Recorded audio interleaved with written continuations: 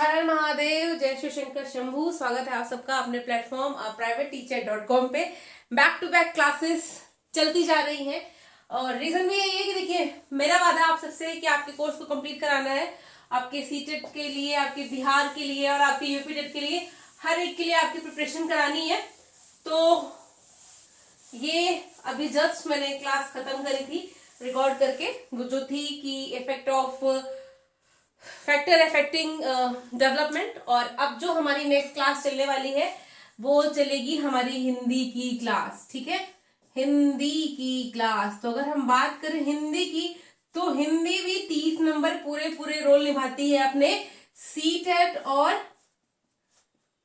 UP TET के exam में। ठीक है, बाकी भी और भी जितने भी टीचिंग एग्जाम्स होते होंगे स्टेट वाइज अलग अलग, वहां पे भी रोल निभा रही होगी। जैसे कि अभी जो केवीएस का एग्जाम हुआ था उसमें भी सब में हिंदी पूछी जाती है। पीआरटी वाले में भी 30 नंबर में केवीएस में आई हुई थी।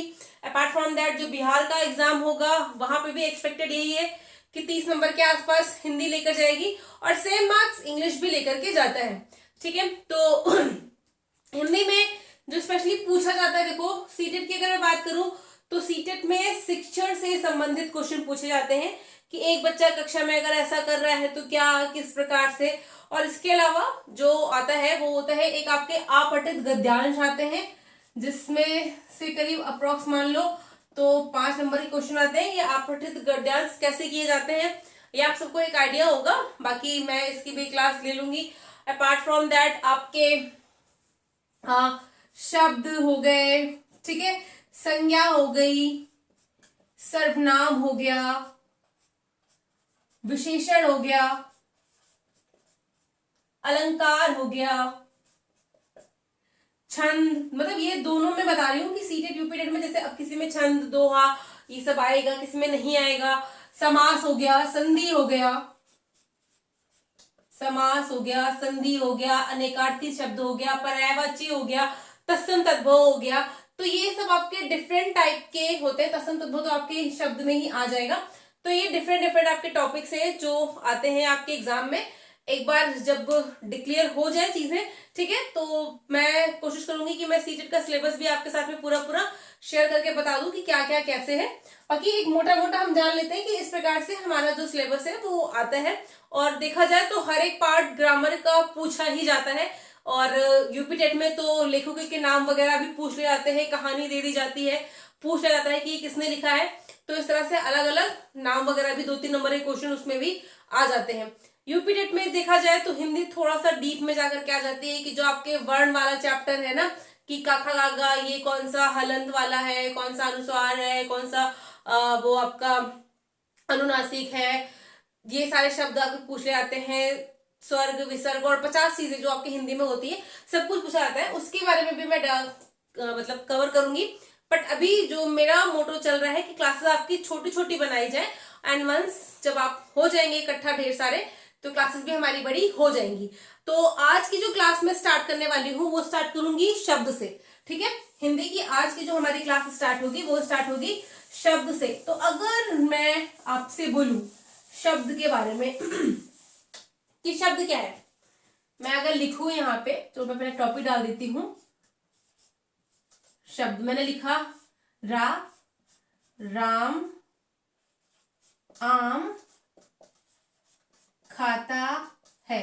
ये तो बहुत बड़ा हो गया, मैं बस सिर्फ इतना लिखती हूं, रा, राम, आया या गया। अब मैं पूछूंगी कि क्या ये रा ये आपका एक शब्द है, तो आप बोलेंगे नहीं ये एक अक्षर है या फिर आपका ये एक वर्ण है। मैं बोलूंगी ये राम, आप बोलोगे कि हाँ ये आपका एक शब्द है। मैं बोलूंगी राम गया, तो आप कहोगे कि ये एक वाक्य है। क्या है, ये एक वाक्य है। तो इस प्रकार से हम देख सकते हैं कि यहाँ पे रा, राम, राम, गया, ये 3 चीजें हमारे सामने हैं, जिसमें से ये आपका जो रा है ये किस में आ जाता है, ये आपके अक्षर या वर्ण में आ जाएगा। ये आपका जो राम है, राम आपके शब्द में आएगा, और राम गया ये आपका एक वाक्य हो जाएगा। अब राम गया, राम आम खाता है, राम स्कूल जाता है, राम बहुत तेज बच्चा है, इस प्रकार के अलग अलग वाक्य होते हैं। उसके बारे में हम बाद में चर्चा करेंगे। आज जो हमें चर्चा करनी है सिर्फ और सिर्फ हमारे टॉपिक पे शब्द पे। तो हम कह सकते हैं कि जो हमारे वर्णों का सार्थक समूह होता है, हमारे वर्णों का जो सार्थक समूह होता है वो क्या कहलाता है, वो कहलाता है शब्द। अब अगर मैं आपसे पूछूं कि भाषा की सबसे छोटी इकाई कौन सी है, भाषा की सबसे छोटी इकाई कौन सी है, तो इस प्रकार से अगर हम देखें तो भाषा की सबसे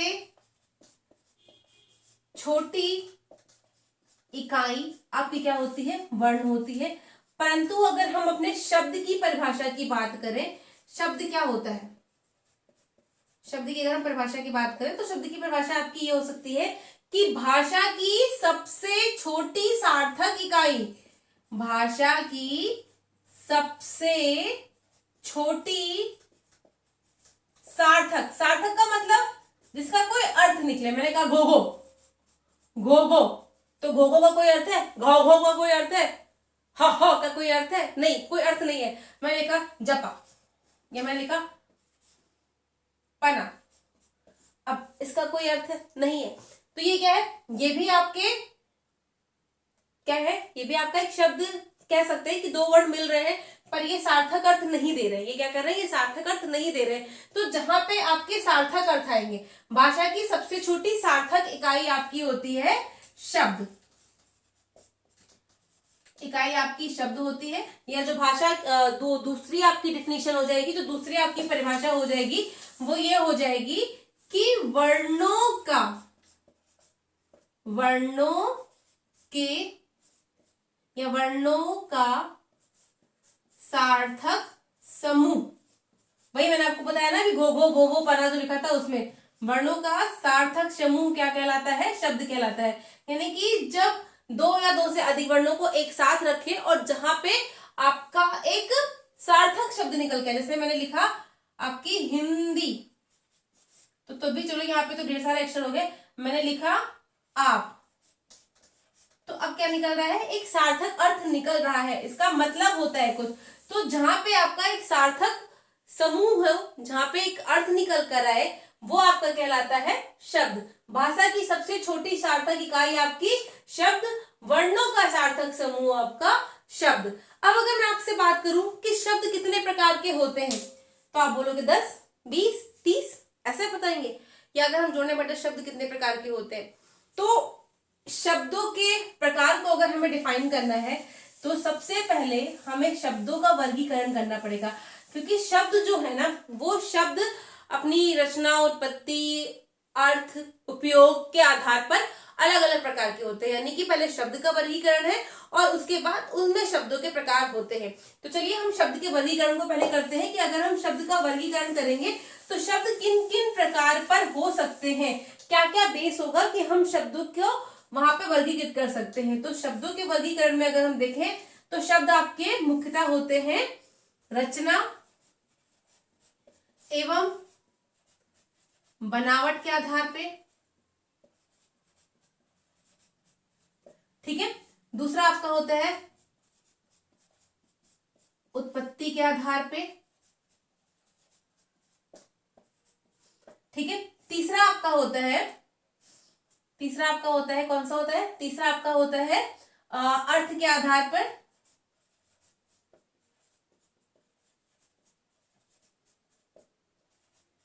और एक आपका होता है रूपांतरण के आधार पर, रूपांतरण के आधार पर।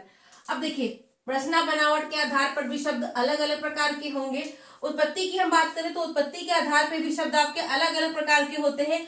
अर्थ के आधार पर भी शब्द आपके अलग अलग प्रकार के होते हैं और रूपांतरण के आधार पर भी शब्द आपके अलग अलग प्रकार के होते हैं। अब इन सबको हम डीप में पढ़ेंगे 1 बाय 1 करके। और आज हमारी क्लास में जो हम आज कवर करेंगे वो रहेगा शब्दों के प्रकार, रचना और बनावट के आधार पर। अच्छा, सपोज जो उत्पत्ति के आधार पर वर्ड मतलब शब्द हैं वो रचना और बनावट के आधार पर अलग अलग कैटेगरी में रखे जाएंगे, उत्पत्ति के आधार पर अलग अलग कैटेगरी में रखे जाएंगे, अर्थ के आधार पर भी अलग अलग कैटेगरी के आधार पर रखे जाएंगे और रूपांतरण में भी अलग अलग कैटेगरीज में वो आएंगे। तो आज हम चलते हैं हमारी पहली कैटेगरी पे, और जो हमारी पहली कैटेगरी रहेगी वो शब्दों के प्रकार, रचना और बनावट के आधार पर हम देख लेते हैं। देखिए, सबका अपना अलग अलग एक तरीका होता है पढ़ाने का, सब अलग अलग तरीके से पढ़ाते हैं। और मैं तो अभी आपके इस टीचिंग एग्जाम के मतलब टीचिंग में मैं बहुत पुरानी हूँ, बट इस टीचिंग एग्जाम की टीचिंग में नौसिखिया ही हूँ, क्योंकि अभी तो मैंने जल्दी स्टार्ट किया है। तो मैं आपसे कमेंट की अपेक्षा जरूर करती हूँ कि आप मुझे, देखो भाई कई कई बार होता है ना, जैसे पिछली मैंने एक वीडियो थी जहां पे मुझे बोलना था कि गर्भ से कब्र तक, और मैंने लिखा वोम टू टूम लिखा, बोल दिया मैंने जल्दी जल्दी में कब्र से ग्रह तक, मतलब गर्भ तक, उल्टा बोल दिया मैंने। तो समटाइम देखो भाई मैं भी नहीं हूँ, कभी कभी चीजें उलट पुलट हो सकती है, बट नहीं होने का मतलब ये नहीं है कि मैं आपको गलत जानकारी दूंगी। मैं जो भी नोट्स आपको प्रोवाइड करूंगी ना, नोट्स आपको बिल्कुल सटीक मिलने वाली है। तो नहीं होने का तात्पर्य मेरा ये बिल्कुल नहीं है कि मैं आपको गलत इन्फॉर्मेशन दूंगी, आपको गलत चीजें दूंगी। आपके भविष्य के साथ में तो नहीं खेलना है। नोट्स जो मिलेंगी, प्रॉपर नोट्स आपको मिलेंगे, आपके सारे जो भी क्वेश्चंस होंगे वो सारे प्रॉपर जाएंगे। हाँ समटाइम कभी लबड़ शबड़ हो जाए तो उसके लिए आप क्षमा करिएगा। चलिए समय को ना व्यर्थ करते हुए हम आगे बढ़ेंगे। और देखिए मैं हिंदी की क्लास ले रही हूँ, कक्षा ले रही हूँ, तो मैं हिंदी के शब्दों का प्रयोग कर रही हूँ। तो शब्दों के प्रकार, रचना ऑब्लिक बनावट के आधार पर, सॉरी जुकाम बहुत ज्यादा हो रखा है। रचना एवं बनावट के आधार पर शब्दों के प्रकार। तो रचना एवं बनावट के आधार पर अगर हम शब्दों के प्रकार की हम बातें करते हैं तो ये 3 कैटेगरी में जाते हैं। पहले आपके आते हैं रूढ़, फिर दूसरा आपके आते हैं यौगिक, और फिर उसके बाद में आते हैं आपके योग रूढ़। योग रूढ़। अब देखो रूढ़ शब्द क्या होते हैं। अगर रूढ़ शब्द की मैं परिभाषा लिखूं कि आपको एग्जाम में मिलता है, तो जो सबसे छोटा शब्द होगा, जो सबसे छोटा शब्द होगा उसमें आप पहचान लीजिएगा ये आपका रूढ़ शब्द है। क्योंकि मुझे यहाँ पे आपको एग्जाम में भी कैसे आप तुक्का लगाओ या कैसे आप ट्रिक यूज करो ये भी बताते हुए चल रहा है। सपोज अब लिखा हुआ है यहाँ पे बलवान, धान,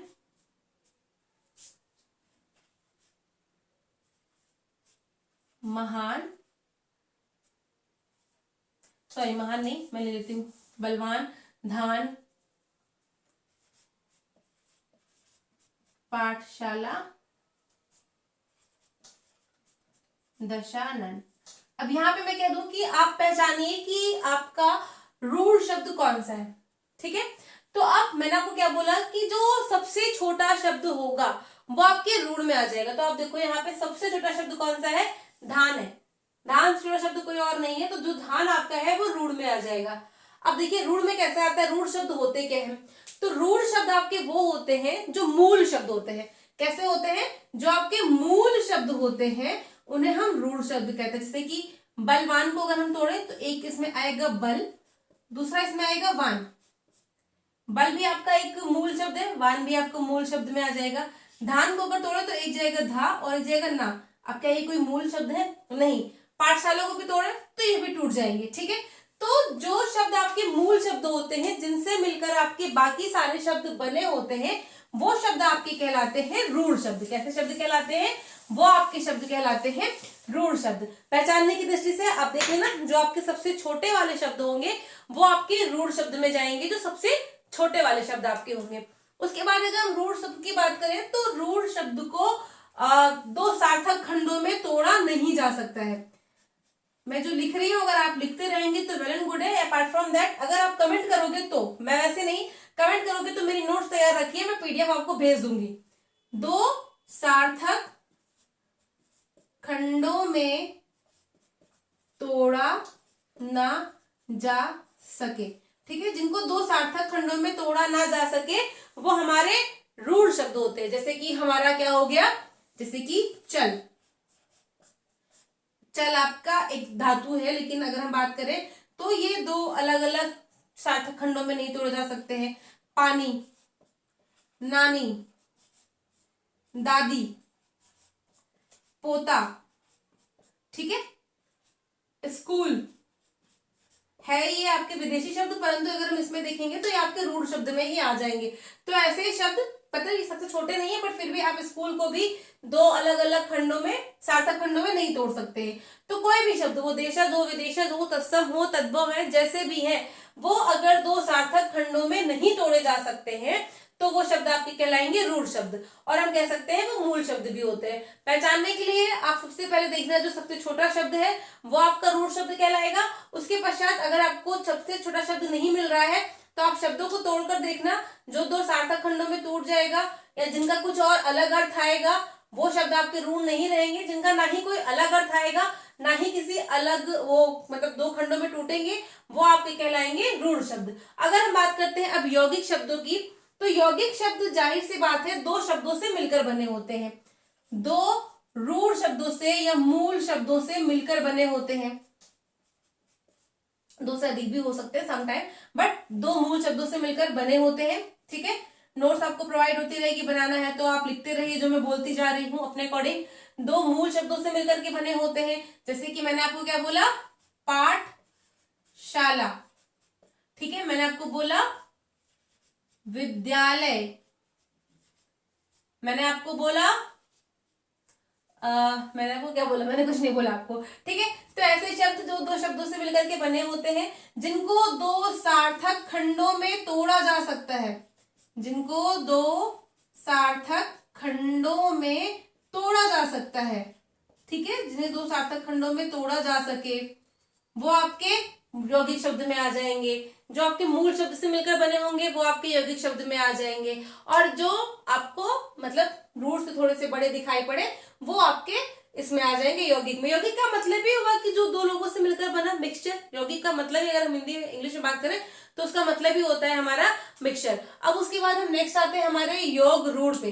तो योग रूढ़ शब्द हमारे वैसे शब्द होते हैं जिनका कुछ अलग ही अर्थ निकलता है, यानी कि वो शब्द जो अलग ही अर्थ देते हैं, ऐसे शब्द हमारे योग रूढ़ शब्द कहलाते हैं। जैसे कि मैंने बोला नीलकंठ।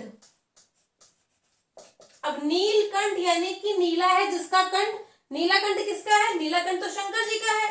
तो यहाँ पे बात हो रही है शंकर जी की, लेकिन है कौन यहाँ पे, लिखा हुआ है नीलकंठ। तो नीलाकंठ, नीलाकंठ तो इसका उत्तर जाएगा नहीं, इसका अर्थ नीलाकंठ तो जाएगा नहीं, इसका अर्थ जाएगा शंकर। और अगर नीलकंठ का अर्थ जहां पे शंकर जा रहा है वो ऐसे शब्द कहलाएंगे आपके योग रूढ़ शब्द।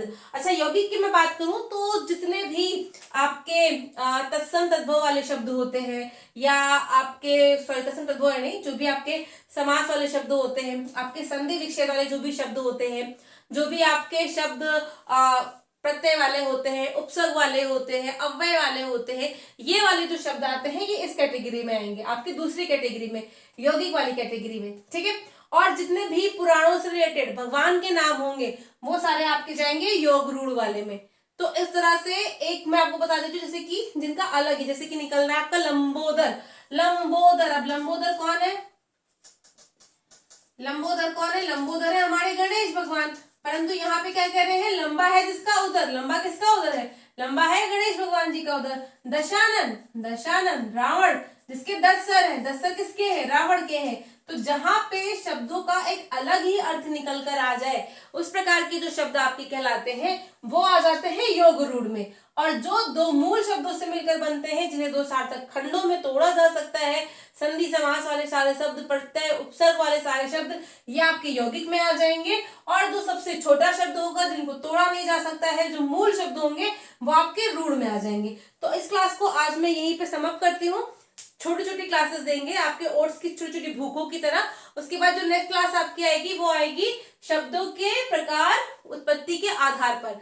ये वीडियो आपको कल मिल जाएगी। और जैसे ही हमारा शब्द का ये टॉपिक पूरा होगा उसके बाद में आपका एक 10-15 नंबर का टेस्ट हो जाएगा, जिससे कि आपका जो भी कॉन्सेप्ट है वो क्लियर हो जाएगा।